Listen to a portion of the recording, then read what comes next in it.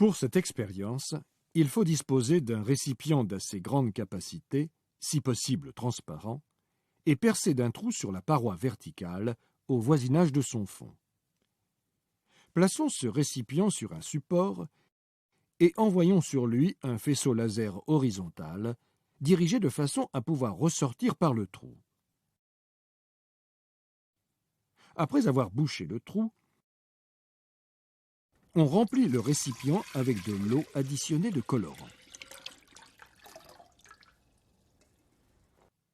Lorsque le trou est débouché, l'eau s'écoule par cette ouverture et on constate que le faisceau laser reste emprisonné dans le filet d'eau et qu'il est guidé vers le sol par celui-ci. Ce sont les réflexions totales à l'interface eau-air qui maintiennent le faisceau prisonnier du filet d'eau. La courbure du jet d'eau augmente au fur et à mesure que le récipient se vide. On arrive alors à observer jusqu'à 10 réflexions du faisceau laser.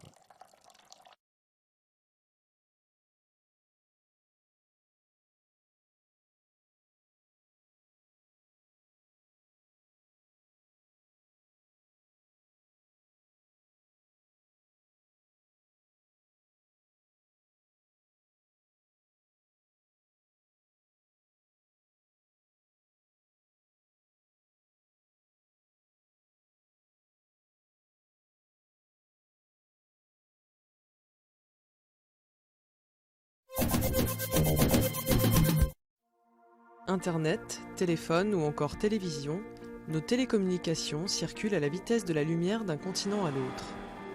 Elles sont transmises par un gigantesque réseau de câbles sous-marins de près de 800 000 km qui assure aujourd'hui la transmission des données. Depuis la pose du premier câble de communication transatlantique en 1859, qui avait fonctionné seulement 20 jours, les techniques ont beaucoup évolué. Composées de plusieurs fibres optiques fonctionnant par paire, une pour chaque sens de transmission, leur débit avoisine les 4 terabits par paire, soit 200 000 fois plus qu'une connexion ADSL classique.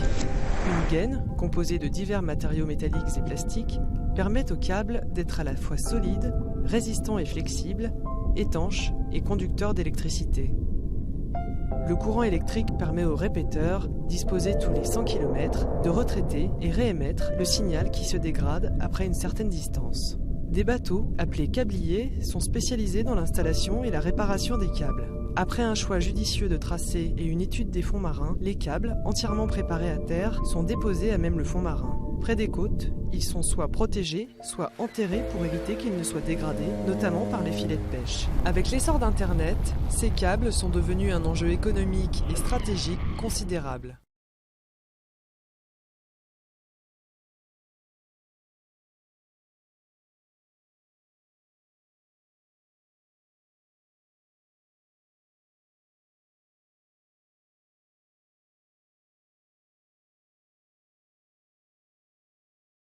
L'endoscopie est une méthode d'exploration et d'imagerie médicale qui permet de visualiser l'intérieur des conduits et des cavités inaccessibles à l'œil.